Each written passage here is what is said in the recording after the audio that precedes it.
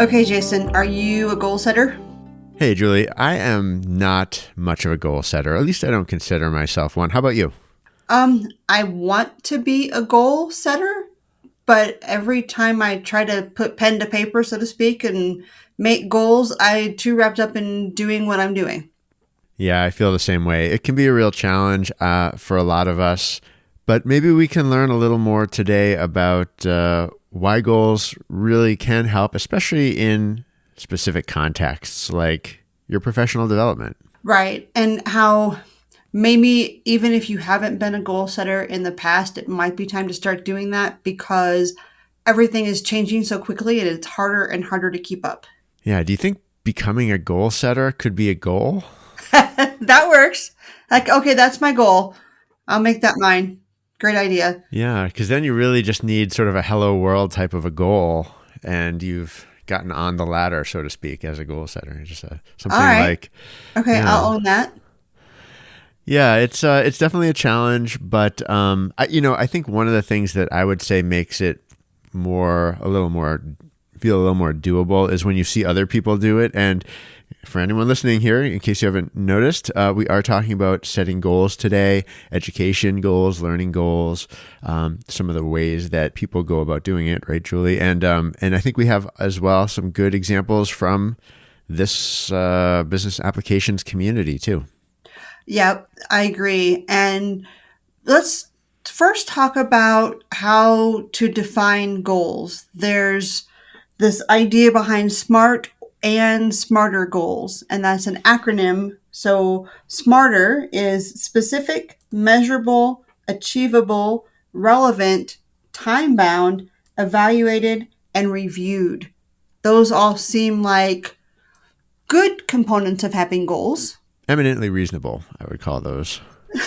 Yes, very much so. But sometimes I would imagine it's hard to put that type of a definition on some of the more abstract goals you may have. Yeah, being abstract versus being specific. What are some of your thoughts there? Do you find that is that a challenge for you, or when you're working with, people in the biz app space, either who you're training or advising or anything else? Do you find that that's one of the hurdles that people run into is being specific? Well, I think one of the biggest hurdles for being specific is people don't know what they don't know. And by the time they know enough to be specific, they know what they came for.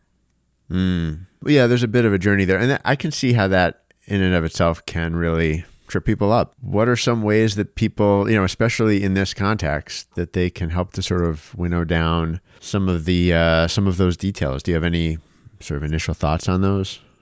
Well, a lot of times, by the time you get to our point in our careers, you kind of have an idea of what you like and what you don't like. But if you're just at the beginning half of your professional journey in our biz app space, I say explore every aspect of it, and then something will speak to you. And when you find that something that speaks to you, then it's easier to define your path. Yeah, and I'm thinking of like it's really interesting. Some of the sort of most well known and I don't want to use the word popular, but well known people who are I think well read by others are very goal oriented, and they often share their goals and sort of their journeys toward those goals, and exhibit a lot of this. Like you said, those people probably didn't start off knowing a lot, but I think as they became more knowledgeable, they're often able to identify specific goals that they're going to go for, and then take not always the same kinds of steps. It can really vary, but specific steps that do get them toward what it is they're trying to achieve. Whether it's and we've actually talked about some of this on our most recent episodes. Things like a certification, I think, would be a very specific goal. Becoming an MVP, perhaps, which is maybe a little different for this, for this kind of a podcast. But I think becoming an MVP is certainly a goal that comes to mind for me. I don't know. I think maybe others might just be particular like feature function kind of things.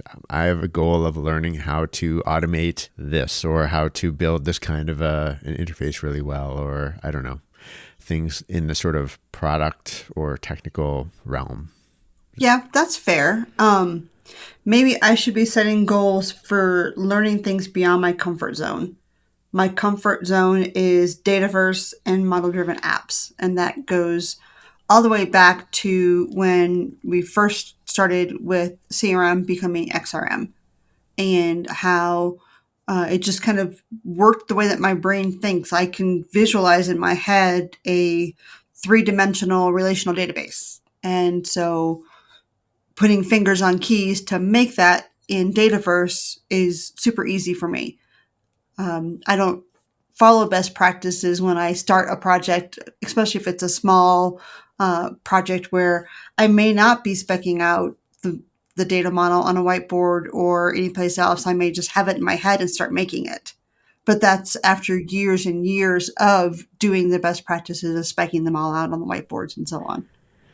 Yeah, so I mean, in the context of the smart or smarter model, you're sort of doing the A part, the achievable part, sort of subconsciously almost, and you're sort of factoring that in as you, perhaps as you plan for something that you are going to work toward, even if it is going to be, even if you know it's going to be a lot of effort, you can probably, like you said, because of your experience, you have a sense that this is something that is achievable, and that's a tricky one, right? Achievable, knowing ahead of time, ideally to some level of accuracy that you're going after something that's achievable.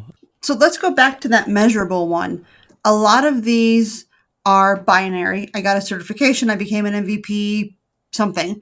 But some of these are not very measurable. I want to get better at Power Automate. I want to get more comfortable building Canvas apps. How can we make those types of goals measurable?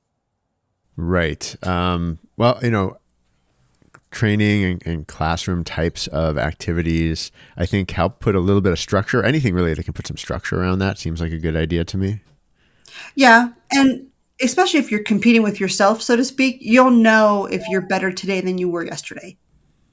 Yeah, absolutely. And if you start with something that you're not able to do, if you have some particular, I would guess, specific goal in mind or specific type of product you want to build, some type of presentation you want to be able to present, or I don't know, anything really that seems too hard today that you can get to, that's measurable, even if it's not something that's easy to quantify. Right. And then let's go on to relevant. I would venture to say that in our BizApps world, just about anything you learn could be made relevant to your profession. Yeah, absolutely. Like you were talking about being very comfortable with a lot of the fundamental, I guess, or inherent concepts of Dataverse, and there's so much to learn, right? So like you could go, in theory anyway, you could go much deeper into one element of Dataverse if you wanted. You could go much deeper into applying it in a particular industry, let's say. There are all these dimensions in which you could stay sort of in that world, but do something very, very specific, and it's still going to be relevant. And I don't know if you know this, but my random COVID achievement was I went to interior design school and graduated as an interior designer just because it was something I was interested in. And I would like to think that that visual thought process would help me make more pleasing to the eye Canvas apps or Power Pages. Oh yeah, you'd have to think so. Do you feel like it has? I think so, but what I'm lacking is the readily available skills to execute on those ideas. Okay, or like the skills in terms of what you build when you're actually working on solutions, or when you're working on training materials, or Well, say like if you're building a Canvas app, Microsoft makes it so easy to make something simple, right? But how do you make something that's visually appealing? How do you make something that users want to use? And so I can picture it in my head. I can probably scribble it on a whiteboard, but the skills available to make it what I want it to be is not readily available, if that makes sense. yeah, that sounds like the kind of thing that could lead you down a whole another path to kind of get to that step, right? So like you've acquired sort of a whole new perspective on design that you potentially could apply in this world, but now you have like another challenge in front of you. So maybe that's, because I'm thinking of things like, well, maybe you design your own, PCF control. Are they still called PCF controls? Sort of custom controls for Power Platform, perhaps for Canvas apps that really present things in the way that you think will be most effective. Maybe that's like, I'm just making that up. Maybe that's a future goal to really achieve that, or something else. Right. Or maybe achieve it enough. Maybe that's my measure of success, is being able to find people who are already doing it and make reusable resources and then customize the reusable resources. Right. Yeah. I mean, the only things I can think of that are really sort of not relevant would be really like veering off into a technology area that just is really difficult to integrate with Microsoft's business applications world in terms of a particular programming language, a particular like interface framework. Going off in that direction could really take you in sort of a different direction that'd be hard to come back from, Yes or tie and back. no, because we've got connectors for everything. And if there's not a connector, you can make your own with an API. And if you can't do that and it's some archaic legacy something or other, you can use RPA to help you with that. Mm-hmm, that's true. I mean, and also if you think about it, there are some pretty big projects that are built on old technology. I think the FAA here in the US runs on something like Fortran. And that's something I learned in college in the 80s. And so they need someone to be able to maintain that. That's a great point. I mean, it's a lot of things are definitely possible. And I think if you're planning ahead with goal making, you can probably, and maybe that's a great case for why a framework like this is great to have in front of you as you're thinking about this. But if you can bring these things into focus before you start pursuing something, it really can help. Not make sure you're not kind of leading yourself astray or losing track of what the point of it all was, right? Right. So let's move on to time bound. Yeah, well, I mean, the first thing I think of there is, I mean, just the very fact that people start making goals around the new year, that's sort of a temporally based, influence on people. And and some really disciplined people definitely do look back at the end of the year and say, here was my goal, or here was my prediction, or whatever that spanned this year, and they take measure of it, and then they set new ones, or they define new goals or new predictions or new whatever. So that's definitely just like one way that I think time bound limits could play into goals at the year to year. Also, Microsoft makes it easy for us with twice a year release notes. So if you have your technology of choice, say Dataverse, then you set yourself a goal to become familiar with all of the new features and related peripheral information about that one item before the next set of release notes comes out. Right. I could see, I've seen people who have maybe not consciously done this, but they've definitely, if not learned everything within a release wave, have definitely made a point to at least go deep on at least a couple of the features every time. And right. One great example I can think of is people who do that, who will pick at least a few things, and then they will either do a write-up, a really nice write-up, or build out a new slide deck or something, or a video, really kind of showing what they've learned, right? And I think those people learn the product really, really well, and also kind of have those concrete, measurable achievements to sort of show for the goal. I only know of two people who read the release notes from cover to cover, and I'm married to one of them, and then the other one is an MVP, Yuka, who does a great job of summarizing and also behind the scenes giving feedback to Microsoft. Those must also sort of influence training development, right? So as those release notes are coming out, I assume you and other people who build training are you have to look through those, and you have to kind of balance or kind of measure it against what's already being taught, right? Right. So, like, for example, this week I've been working on training material for low code plugins. So, where someone who has a basic understanding of some basic expressions can build actions that can be used in various different places. So, I was building something today where I was using low code plugins for an action in a Power Automate flow. Okay, And that's something that's some of that's new, some of that's in preview at this point in time, but people need to learn about it. for sure. And that's a great skill to pick up, I would say. It's one that's super useful, and maybe not something that everyone already knows. I'm sure not everyone doesn't already know it. Right. So let's move on to evaluated. All right, yeah. So we're moving through the SMARTER acronym again here. Yeah. Yeah, what does evaluated mean to you? Is that something that sort of a person is being sort of asking to look back themselves and be like introspective about themselves, or do you think that's more trying to get outside input and evaluation?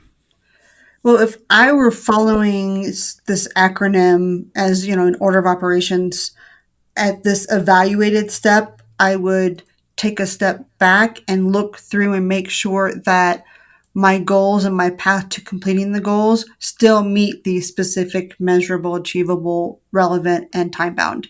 That's what I would take from that step. Yep. Yeah. I mean, and here's where my own sort of experience with goal setting would start to sort of ring alarm bells in my head, because I don't see myself getting to this point, at least in a very concrete way. That's probably been one of my faults, I would say, or my struggles with goal setting, is that when you're getting near that part where you really have to sit down and look back, and taking the time to do that really does take some discipline, I guess is what I'm trying to say. Well, and I think that it kind of has some overflow with evaluated and reviewed, which is our last one. To me, reviewed is big picture. It's the year end, it's the looking ahead for a year and so on, whereas evaluated might be more specific to a tangible goal instead of a collection of goals.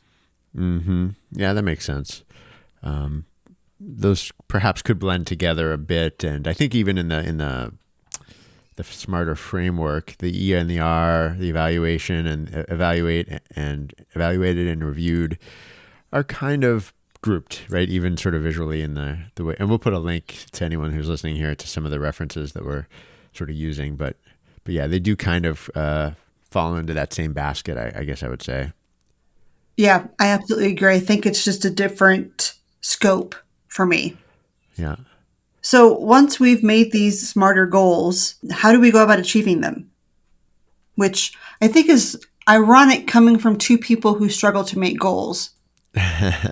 Yeah. I mean, the best way I have found to actually achieve goals, it usually involves other people. Interacting with actual human beings, not online communities, or it really does require sort of some amount. It could be online, but some sort of direct person to person sort of communication and contact. I don't know. How about you? Have you found ways that help you actually achieve goals when you're setting them?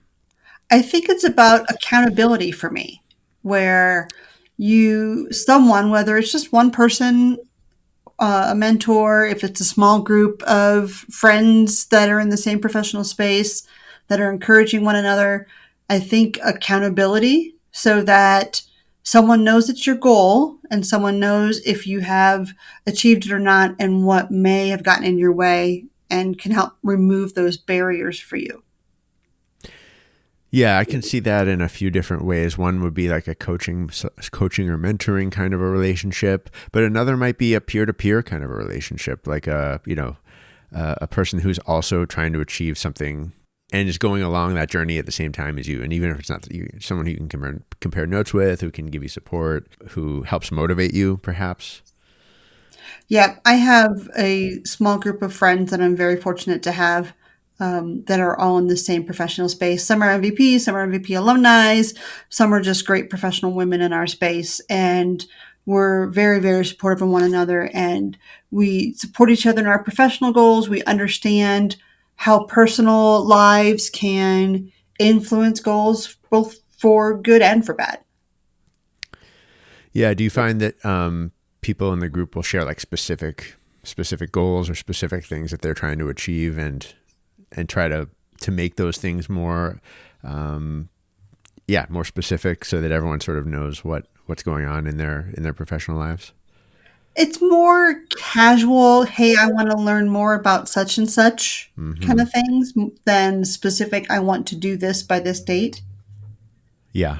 Yeah. It makes me also think of something that was just set up, and I actually just wrote about this. This is more in the Business Central world, but a new program that's really focused on bringing sort of industry hires into the partner space. And it's an event, not to go too far into it, but it's a program organized by Microsoft, but sort of run by different channel partners, where there's a recruiting element for people who are looking to career change into a consulting role, but then there's training, and there's also sort of a coaching and community element. And I guess you could really, I actually think that was a pretty smart move on their part to sort of bundle all these elements together, so partners aren't just onboarding someone who's never sat in a kind of a consulting role before, but they're also connecting them with other people, even from other companies, who are kind of going through that same journey at the same time. And that, to me, if the goal is sort of integrating yourself into this ecosystem, and starting a career with Business Central in that case, having sort of a network of other new hires, even from around the world, who you can connect with and sort of start building some connections with, separate from just the people you work with on a day-to-day basis. I think that could be really powerful, and it could really help the chances of that kind of a program succeeding, and sort of retaining those people. Yeah, absolutely. Anything that creates a safe and comfortable place to be vulnerable. Right. Yep. And to get, I think one of the things that's maybe not in the smarter framework is, some of the ups and downs, right, that go along with that journey. Right. You can certainly Absolutely. have times, everyone has it obviously, where you can be discouraged by something, a roadblock that you hit. Not sure if you want to continue, if you need to refocus, and having other people to talk to can be hugely valuable. So, additional ways that people can maybe work toward their goals. We've talked a little bit about mentoring, but specifically with mentoring, Mark Smith out of New Zealand has this great mentor program that he's been running off and on for several years. Um, I don't know if you ever heard of that before, his program? Yeah, I've heard him talk about it. I've never sort of seen it in action, but I've definitely noted when he'll put a call out, right? Like when he has sort of slots or spaces for new mentees that want to join him. Yes, and I know several people who've gone through his specific mentoring program. I know that I've done a lot of one-on-one mentoring with a lot of current MVPs, where it's one-off discussions and helping with some, goals and decisions. Whether it's longer term, I've got one MVP I'm currently mentoring, and she's working on setting up her goals for next year, and Mm-hmm. then we'll have the touch points on how um, she intends to achieve those goals, progress on achieving those goals, and so on. So it doesn't have to be really organized, but it shouldn't be so loosey goosey that there's not accountability. Yeah, something like that, I would think has to be someone has to take the initiative. So either in this case, I don't know, and you can tell me, is it you sort of finding people you think are good candidates and sort of encouraging them, or is this more a situation where someone will approach you and tell you that they have this goal, that they're thinking about trying to make themselves sort of good candidates for MVP status? It's mostly them coming to me asking questions, and then it just kind of evolves into this feels like a good fit. Can we do this more often? Mm-hmm. Mm-hmm. Yeah, that makes sense. I'm thinking back. We have this sort of occasional series that we do on MS Dynamics World. That's sort of the Dynamics Community Profile series, and we've been doing it on and off for years. Oftentimes it's with someone who's a new MVP, and we'll sort of talk to them and learn a bit about their story. And there's oftentimes an element like that where they've been able to work with someone more experienced to sort of encourage them who. I think in the past, non-Microsoft people could nominate you, and I don't think that's the case anymore, right? But who would really sort of, in one way or another, help, mentor and foster that person's professional development. So really Right. an important thing in this space for sure. I think a lot of people have those stories in various ways. So when it's for me learning something new to try to, maybe I'm making goals and I'm just not structuring them as goals.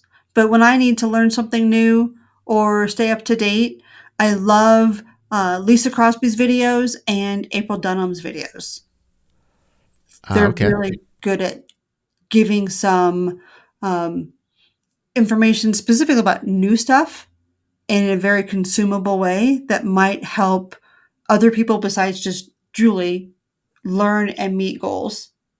Absolutely, and people who create content really really well like them, whether it's video, whether it's blog posts, those tend to be probably two of the most common ways. They're also, as you were saying that, I was just thinking to myself, those people are really also modeling sort of good goal setting or good. So a lot of the characteristics of goal setting, even if maybe they're not approaching it that way either. But I find that just reading or paying attention to people who do a really good job in those ways actually helps me focus a little more on doing, like you said, perhaps unconsciously or in a more scattered way, oftentimes, but like putting a lot of those pieces in place in my own, as I sort of structure my own work. So I always, even if I'm not able to always use exactly what they're writing about or talking about, I can get something from even just their approach. Yep, absolutely. I agree. When it comes to trying to figure out where you can learn more about these goals that you may set, I know that on our site, we've got My Digest. So at 365.training, we've got My Digest where if you don't want to log in, you still get this news feed from criteria that we have set on your behalf. But if you want to set your own criteria of topics and job roles that are important to you, then you can set those and put weight to them so that your news feed on the digest will meet what you've asked for and Yeah, keep and you current on things so that maybe you'll find someone new to learn from. Maybe you're, been in a hole in the ground, but you've not heard of Lisa Crosby, for example. Her YouTube series always shows up on our digest site. So maybe it could introduce you to someone who presents things to you in a way that speaks to you. yeah, for sure. And I've been playing with My Digest a little bit more, and yeah, absolutely. I mean, it surfaces things that you might not know about yet, or if you're familiar with them, it puts them in front of you in a nice context, maybe a different context than you're used to, alongside other relevant things, other relevant writing, or other relevant, forums or videos or whatever the case may be. Right. And then right there on the digest, we give you an AI generated summary of the source material so that you can evaluate a little bit more detail if you think it's going to apply to you, and then you can navigate directly to that source material from there. So hopefully get you exposed to some more things that maybe you didn't know existed before. Yeah, if I could add a couple of ideas, I think I did mention the profile articles that we've written. They're a little bit, like I said, they go way back. We probably do, I don't know, between 6 and 12 a year of those, and we have lots of them. Some of them probably names that listeners would recognize, and but they're really telling their story, so it can be an interesting sort of additional insight into how people have sort of taken that journey to improve different kinds of skills related to business applications. Another one that just comes to mind from our side is the Portals community calls that we run monthly with another Microsoft MVP, Nicholas Hayduk. he himself is great and probably a strong goal setter, I would say. But he also brings guests into those podcasts who are also who tend to be portals or Power Pages experts, and they've all if they're presenting, it's typically because they've achieved some sort of a goal, whether it's learning a feature or learning how to implement Power Pages with a certain technique or some sort of success they've had. So those kinds of events and presentations, whether it's the Portals Community Call series, which we run every month, or something else that you find, those can be really useful if you look at them from a goal setting perspective. Yep, I agree. I think my husband's been a guest on Nick's podcast series before. Okay. Yep. Yeah. Nick's a busy guy, so he has his podcast series. He does this webcast series. He blogs as well, right? In the meantime, in between those other things. Yes. Yeah. Yeah. So we've been chatting about this for a while, so it's probably time to wrap up. But I'm going to ask you, what is one thing, whether it's well defined or squishy, what is one thing that you want to accomplish in 2024? So for me, I would just the first one that kind of comes to mind is to write more. I would say I didn't write as much this year as I would have liked to, and so I will have to make a concerted effort in 2024 to write more than I did in 2023, and I'm going to have to start getting some of those smart sections of the SMART framework really lined up, because honestly, I'm not sure exactly how to approach that other than just to sit down and write more. But making it measurable, for example, that will be a bit of a challenge, and that'll take a little bit of legwork. How about you? Professionally, I think I want to expand beyond my comfort zone of Dataverse and model-driven apps. So I need to figure out, is that going to be getting better at Power Automate? Is that going to be getting better at making pretty Canvas apps? What's it going to look like? I need to figure that part out. Yeah, certainly a challenge. Do you have any recommendations for the types of goals? I think we've already tossed a lot of them around here, but any others that you reiterate or new ones that you think people might consider thinking about in 2024 for themselves? Well, I think if you're unsure where your goals should be from a professional perspective, specifically in our biz apps technology space, look at some of those all up things where maybe you look at somebody else's summary of release notes where you might get something that intrigues you, or maybe participate in an app in a day again, even if you've done it before, even if you've been in this world for a while, because it might just trigger something in you to make you more interested in learning something new. Yeah, that's pretty interesting. A couple that I think I've maybe already mentioned, but trying to commit yourself to building a presentation, like you said, maybe on a new release wave feature that you can present in some forum or another, online or in person somewhere. Something that's I find that putting a little bit of pressure on myself for a deadline or for something tends to get me motivated to do that. So I would say find something that sounds a little scary and make that your goal. Not too scary, but scary enough too. Intimidating. Yeah. Yes. I think a lot of people find this, that when you do have those kinds of higher pressure situations, help you really refine your sort of your skills overall, and you keep that with you as you go forward. Well, Jason, I hope you have a happy new year.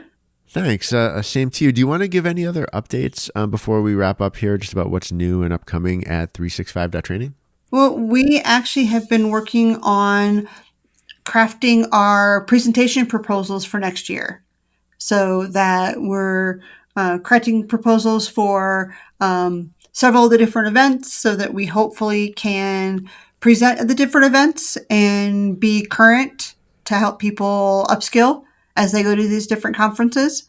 And so those are actually starting to go through the selection process now. So looks like both Dave and I think George from 365, I think we're all presenting at Dynamics Minds in Slovenia in May. Oh, great.